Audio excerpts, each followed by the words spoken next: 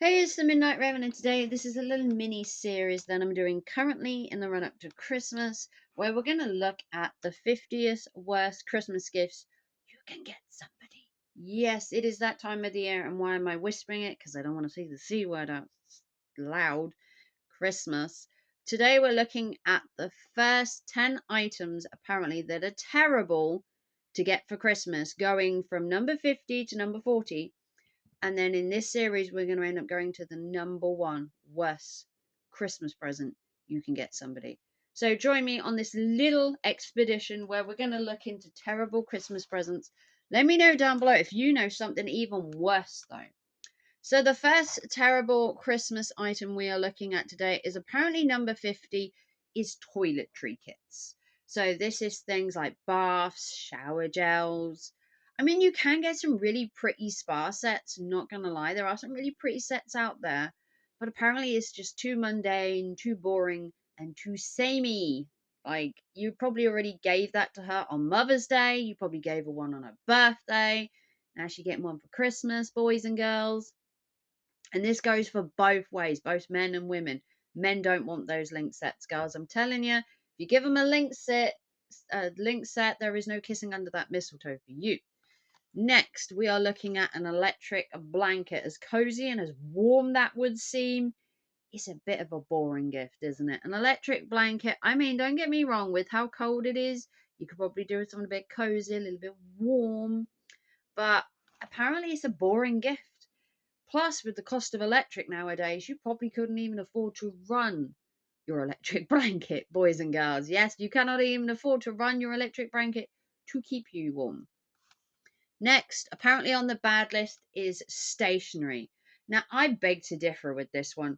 If I got a really good notebook for Christmas, I'd actually love it. I love notebooks and stuff like that. Somebody else might not love that notebook set that you got them with the fancy pens and everything. But if they make you like a stationary basket with a calendar, especially if you work in like office, I guess it could be a bit boring. For me, I love writing lists. I love writing. For me, stationery wouldn't be boring. Somebody else might find it boring if you're just buying them like a new stapler or a new ruler, I guess. But if you're going to buy stationery, make it funny, make it interesting, maybe make a hamper. Next, a massage. Now, I don't understand. I'd love a massage for Christmas. I guess it's not really personal to you. Although, if you're like me and I have a back disorder, a massage to me would be like, oh, be so good.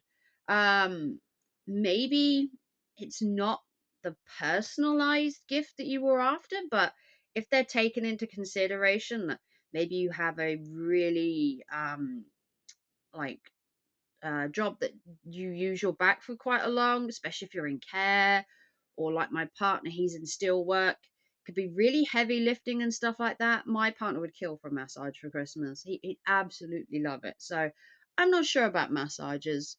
Next, tea or coffee pot. This is buying your partner a new kettle. Anything to do with coffee, like a coffee machine, a teapot. I don't know if that's a terrible gift. It does seem essential to have coffee in your house or tea in your house, especially if you have a tea or a coffee connoisseur. Is it a little bit boring? Maybe. Maybe it's a bit too on the nose of like everyday living and it's not really pushing that boat. I totally get that. Next, 45, a hairdryer. Now, it may seem to men that this is like an essential thing for a woman, but she could just buy this on a weekend. It's not really. I know they have the Dyson, whatever it is, for like £300, and it's like, oh, look at this. Nah, women's hair care and that isn't really something to look for Christmas unless you're paying for them to have their hair done. Then maybe. If you paid for them to have their hair done and then got them the hairdryer, maybe it's still a bit of a samey, boring gift, isn't it? Women are looking for that pizzazz at Christmas, the wow factor. Next, a mug set. Yes, the mug and coaster set. As beautiful as they are, Christmas mugs are boring. They're the same generic pictures year after year with a snowman or a reindeer or a Santa or, God forbid, a gonk. But a mug set with a couple of coasters, even if it's like a you and me set, it's still a bit tacky. I guess if you bought the coffee machine, then the mug set, maybe join the two together. I don't know. Maybe it's boring. Don't forget the biscuits, though. Don't forget biscuits. Next, boring presents. Photo frames. As grateful as they are, maybe a photo frame for Mother's Day or Father's Day would be better. It's more personalized, it's more you. Christmas is more about the lavish.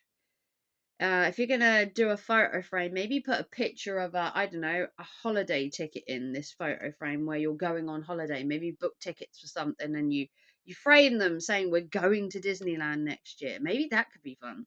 Not just a generic picture of like you and your dog or something, very exciting, but maybe just not the wow factor again. Next, 42. Chocolate coins. I don't know why people would rag on chocolate coins. You got the chocolate coins, the chocolate banknotes, the chocolate sprouts. They're not very exciting, and you'll always find chocolate coins in a kid's stocking. I don't know a kid that has never had chocolate coins. They are a staple of a stocking, but do they have the wow factor still? Not really. The more you become adult, the less the chocolate coin is prominent. I get my boys chocolate sprouts now. We've gone up in the world. Maybe it's a bit boring just getting chocolate because you already have the advent calendars in the run up to Christmas, and then you just give them more chocolate. Maybe that goes along with the chocolate selection pack. Next, candles. Now, I have a love-hate with candles. I love candles. Beautiful. Would I want them for Christmas? Probably not, unless it's like a very expensive in-your-face candle. We don't need no Tesco's basics. I mean, Yankee Candles make a killing every year with these candles that smell of like cookie doughs and stuff. But I don't think they're as good as some of the cheaper candles, although I have seen candles up for £100, which is crazy for a candle because you're literally burning your own money. People, stop with the expensive candles. Jesus Christ. I've seen one for like £100. I'm like, you're burning that, right? But they are nice. They do smell good. But maybe, like I said, the candles, maybe more for Mother's Day, maybe for their birthday. It doesn't have the wow factor. Like the real impact of the wow. You're looking for the wow, aren't you?